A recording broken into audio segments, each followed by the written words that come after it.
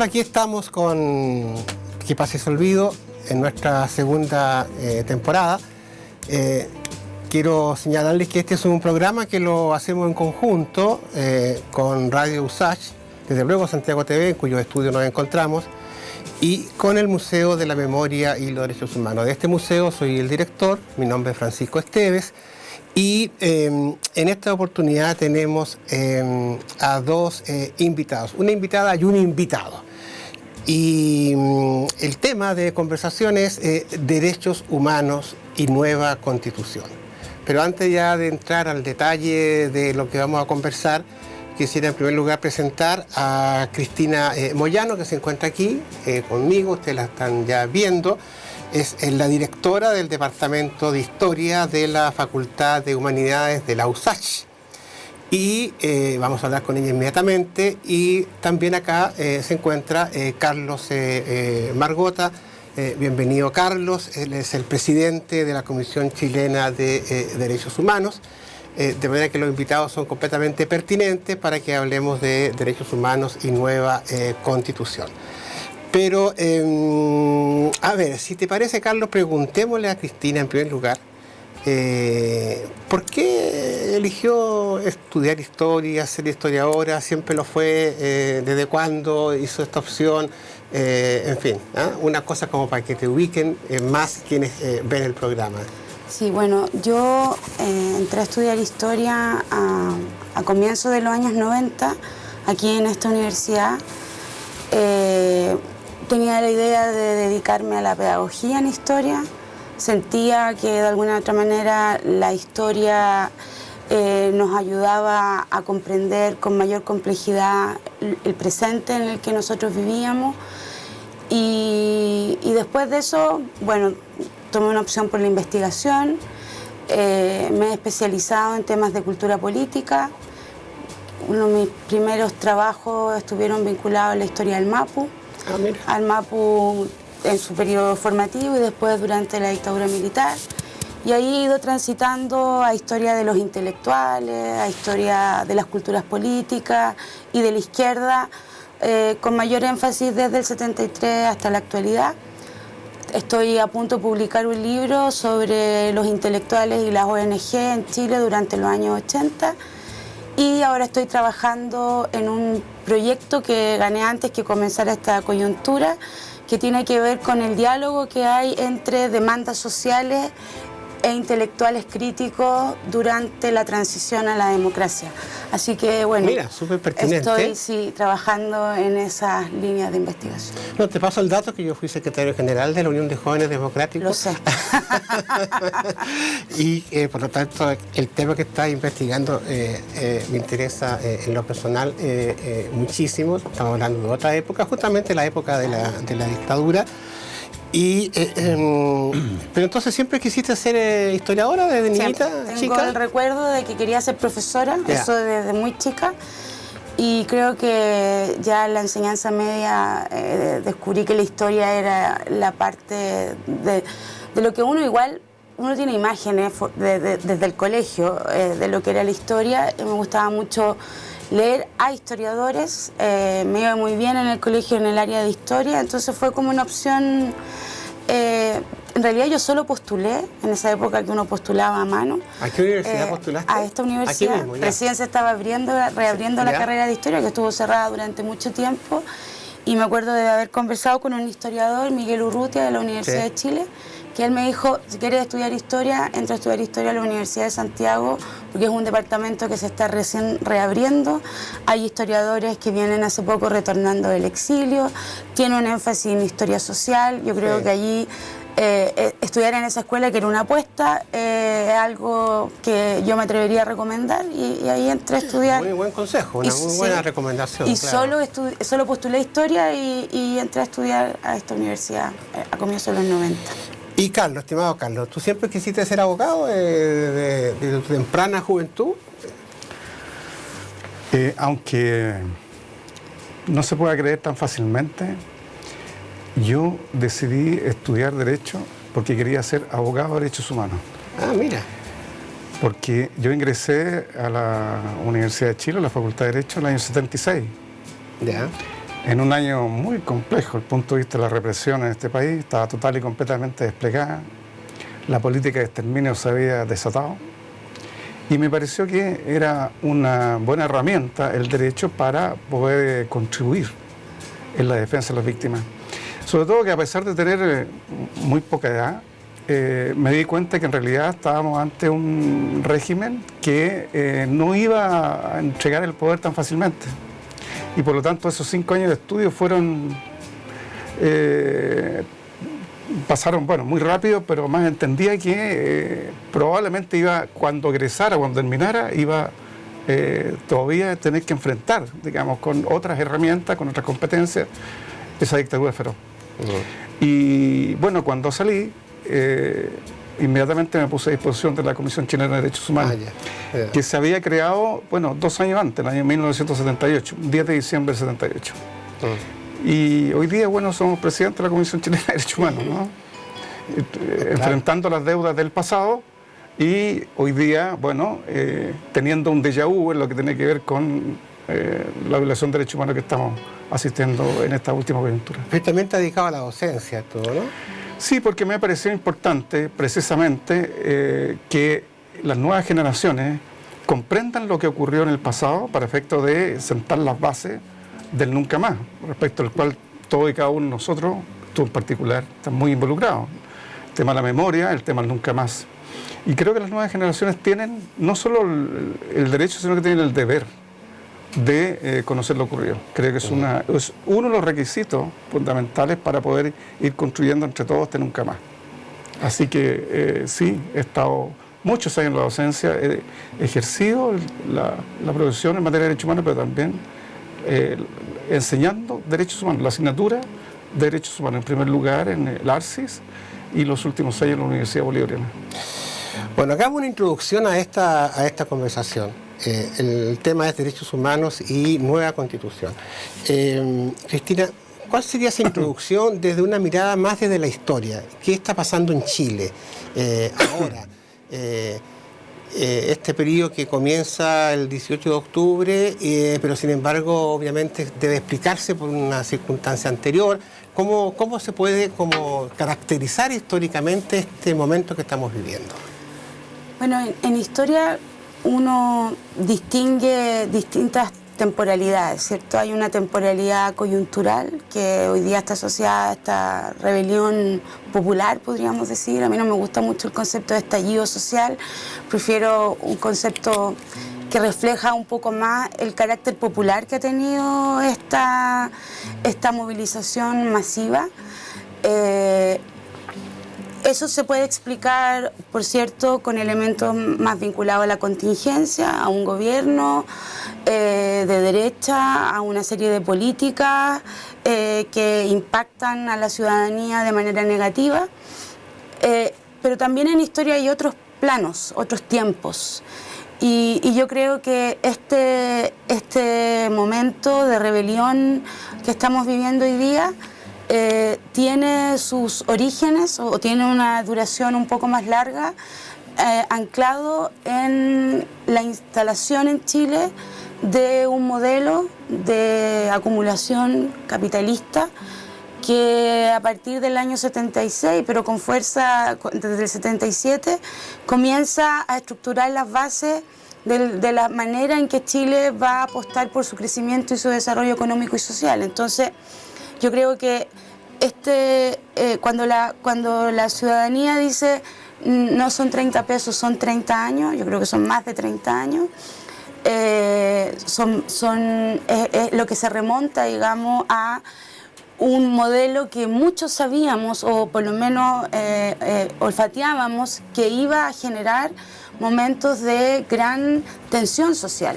No sabíamos cómo esa tensión social se iba a expresar, pero por cierto que este modelo que genera un excesivo individualismo, consumismo, competencia, Estado subsidiario, iba a generar un nivel de tensión social que iba a terminar probablemente con algún estallido social fuerte. Entonces yo creo que en historia este momento se tiene que explicar en el marco de las modernizaciones neoliberales hechas durante la dictadura militar. Sí, Mira, ya estamos entrando claramente en materia. Lo que queda claro es que porque hay toda una discusión respecto a esto, si la violación de derechos humanos que ha ocurrido ha sido sistemática o no, ha sido una cosa que ha estado en el debate, pero a partir de lo que señala Cristina, es evidente que hay un periodo donde sí ha habido una conculcación sistemática de los derechos en un sentido amplio, humanos, en el sentido económico, social, cultural. Ha habido exclusión, marginalidad, injusticia. Desde ese punto ha habido una situación que ha caracterizado un periodo más largo. Se habla de estallido social, tampoco a mí me gusta esa expresión, pero claramente hay un cambio en lo que es la situación política del país a partir del 18 de octubre. Y entonces la pregunta, Carlos, es cómo tú caracterizas este periodo en que estamos. Es bien interesante porque la caracterización que puede a veces caer en un terreno medio académico y alejado, digamos, del entendimiento de la gente común y corriente, tiene efectos jurídicos y políticos muy significativos.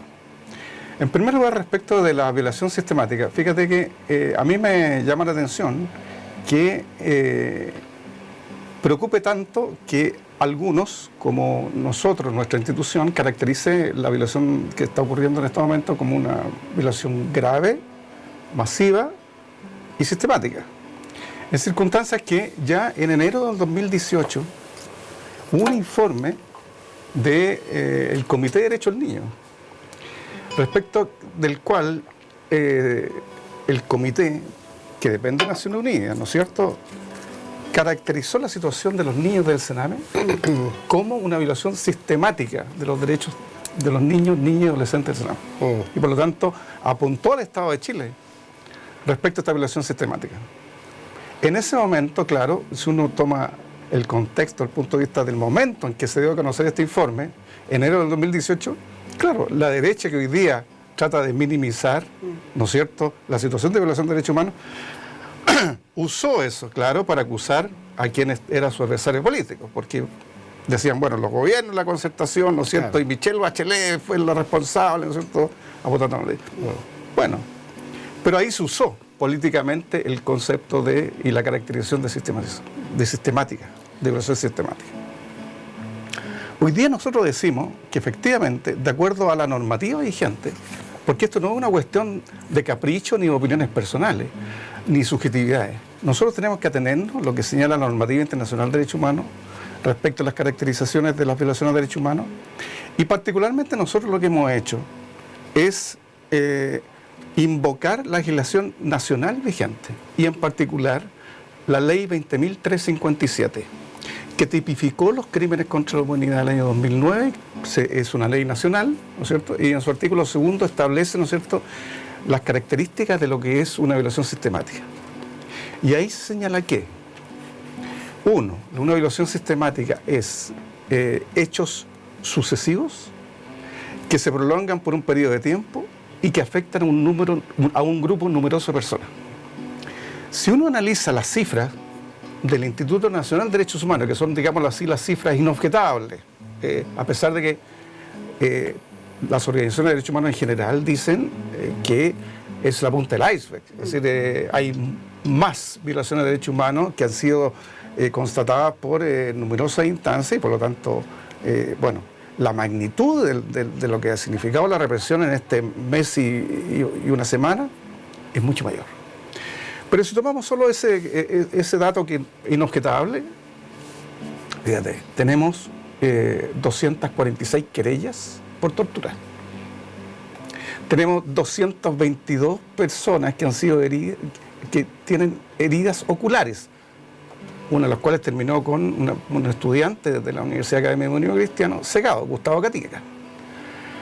Tenemos 66 querellas por violencia sexual. Más de 5.000 detenciones. O sea, tenemos un cuadro no solo de masividad, sino que de sistematicidad. ¿Por qué decimos sistemático, además sucesivo en el tiempo? Porque uno pudiera decir, por ejemplo, que en una refriega en la calle, en la contención, entre comillas, del orden público, se pudieran suscitar situaciones que excedieran los protocolos, los denominados protocolos. Pero cuando hablamos, por ejemplo, del tema de la tortura se produce no en la calle. La tortura se produce en los cuarteles policiales, es decir, cuando la persona ya está detenida, está totalmente indefensa y a merced de sus captores.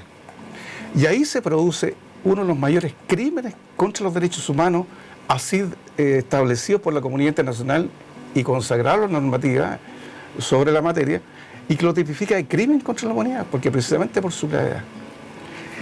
Y que se sucede en el tiempo, justamente que da cuenta del requisito que establece la ley 20.357, sucesivos. O sea, estamos en presencia de una práctica que ya no son como lo ha denominado los voceros del gobierno y el propio presidente de la República hasta el día de hoy. Habla de abusos, habla de excepciones, habla de excesos. Eso es impresentable desde el punto de vista de los estándares de derechos humanos y la normativa vigente. Sí, muy interesante el encuadre que nos propone Carlos. Mira, hace poco se hizo en el museo una actividad del movimiento Sebastián Acevedo, ¿ya? Fue bien interesante porque son el mismo movimiento que tuvo tanta importancia ¿no es cierto? Ahí estaba encabezado por el Pepe Aldunate. También se hizo el velorio del Pepe Aldunate en el museo. Hoy día hay una cátedra de Derechos Humanos Pepe Aldunate o José Aldunate de la Universidad Alberto Hurtado.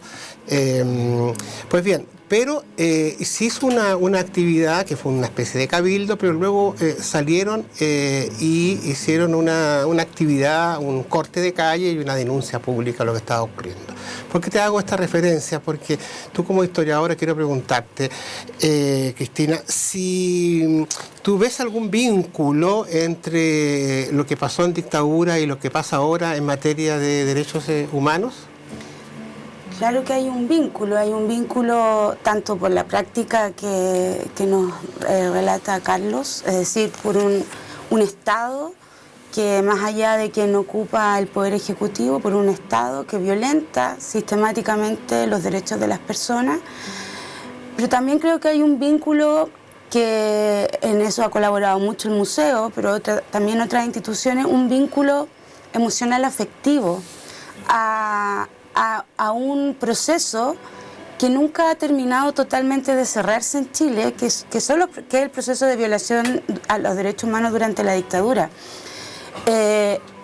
La conciencia más generalizada de esas violaciones sistemáticas a los derechos humanos se fue haciendo a partir de los años 90 a través también del Estado y la publicación de estas series de informes, el primero de Comisión Verdad, el informe Reti, el informe Val, etcétera, que van a poner en una dimensión más pública y podríamos decir con lenguaje histórico, jurídico, lo que había significado esa violación sistemática. Esos informes, los sitios de memoria, el Museo de la Memoria, son lugares que han logrado colaborar una cultura de los derechos humanos que nos hace hoy día más sensibles a entender que lo que está ocurriendo es una violación a los derechos humanos.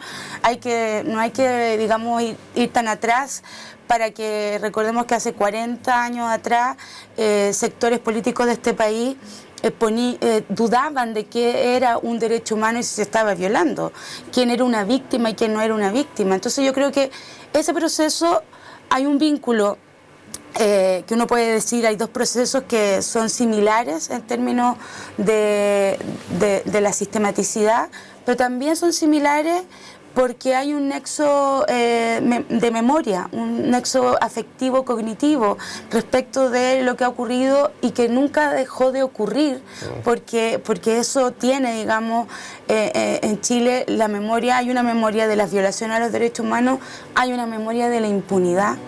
Y por lo tanto, esos elementos colaboran a significar la realidad presente con estos elementos que de alguna otra manera podemos conectar con el pasado. Entonces, yo creo que existe esa vinculación y me parece además que hoy día la denuncia, más allá de la existencia de estos medios de prueba que permiten las redes sociales, etcétera, es una conciencia de lo que significa una violación a los derechos humanos. Y por eso quienes han sido víctimas han tenido también una capacidad conceptual para nominar aquello que les está ocurriendo con categorías que tienen un asidero jurídico, histórico y en la memoria de nuestro país. Yo creo que eso es muy relevante, porque no es lo mismo decir a mí un carabinero me golpeó, a decir un carabinero generó conmigo abuso de carácter sexual, aquí hubo... todos esos elementos se han ido construyendo gracias a los abogados de derechos humanos, se ha ido construyendo gracias a ciudadanos activados para recuperar la memoria, a historiadores que han permitido, digamos, estudiar algunos de estos fenómenos. Entonces creo que hay una conexión que hoy día no es que vaya a impedir que se violenten los derechos humanos. Ojalá eso lo pudiera, pero no lo va a hacer. Pero sí le asigna al momento que está ocurriendo ese carácter que de alguna otra manera está ya instalado como un concepto elemental de la vida ciudadana en nuestro país.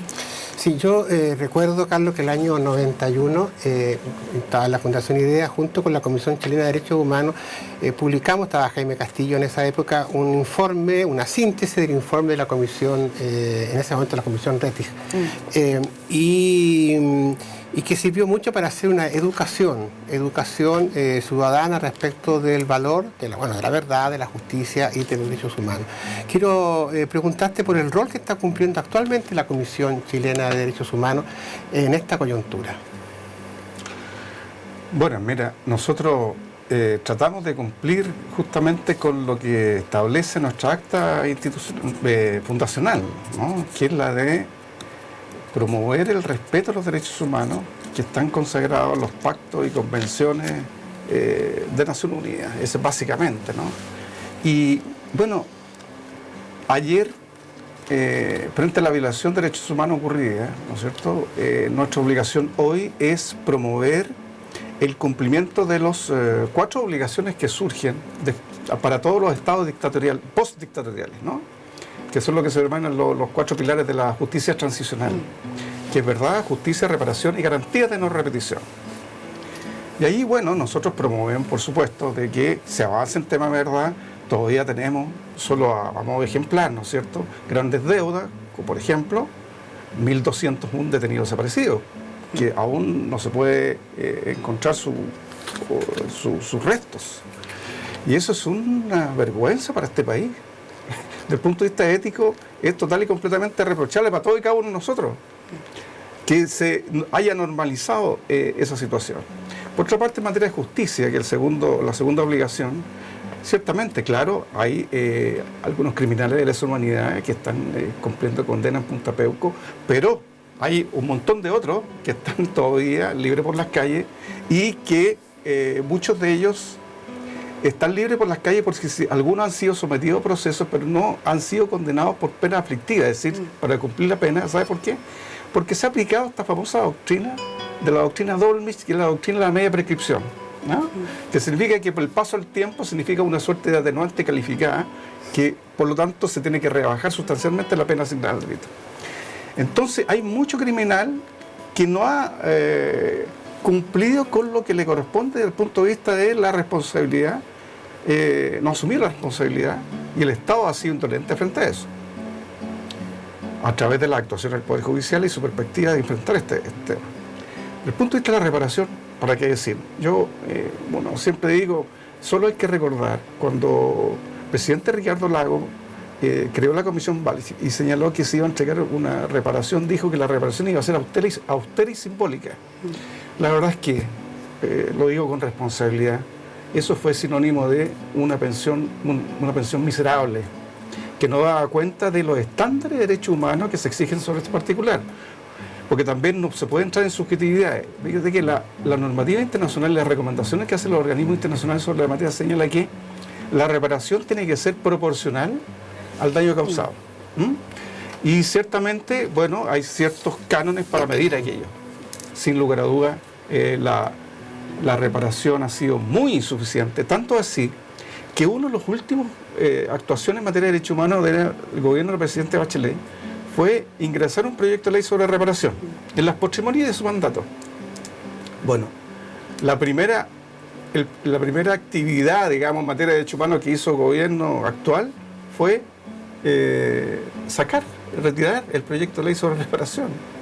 Y a pesar de que tampoco era una reparación que iba a ir en la idea de ajustarse a los parámetros indicados por la normativa internacional. Y en materia de garantía de no repetición, sin lugar a dudas, fíjate que nosotros hemos hecho algún ejercicio respecto al particular. Hemos tomado justamente el informe RETIG del año 91. Estamos a 28 años después. Y si uno hace una comparación entre las recomendaciones que ahí establece para sentar las bases del nunca más, o sea, como se dice, la garantía de no repetición, estamos años luz, Francisco. Y esa deuda hoy día nos está pasando la cuenta. Porque, entre otras cosas, por ejemplo, se establece la necesidad de que las Fuerzas Armadas se comprometan, por así decirlo, en un proyecto de desarrollo de país sobre la base de la adhesión a los valores democráticos, sí, y sobre la base del abandono de toda doctrina de seguridad nacional y sobre la base justamente de una adhesión a la democracia y a los derechos humanos. Y allí tenemos una deuda tremenda, que eso se puede constatar objetivamente, y así lo han establecido los organismos especializados sobre la materia. Entonces, hay mucho todavía que hacer, sí, sobre el particular, y mucha deuda que saldar respecto de unas recomendaciones que fueron, repito con esto término, hechas por una instancia como fue la Comisión RETIG, que estaban varias sensibilidades, sí, culturales y políticas, ideológicas, ¿no es cierto?, allí representadas. De manera que no eran cosas desfachatadas, digamos, sino que eran lo básico. Y esa deuda hoy no está pasando la cuenta. Bueno, sí, nos están pasando la cuenta, pero también nos están pasando los minutos ahora y tenemos que ir a una pausa. Vamos a continuar conversando con estos excelentes invitados después de este intervalo. Y vamos a preguntarles más de cómo están viendo ellos la salida, la situación actual, si tiene o no una salida, y hablemos también de los contenidos en materia de derechos humanos de una nueva constitución. Entonces, hasta más ratito.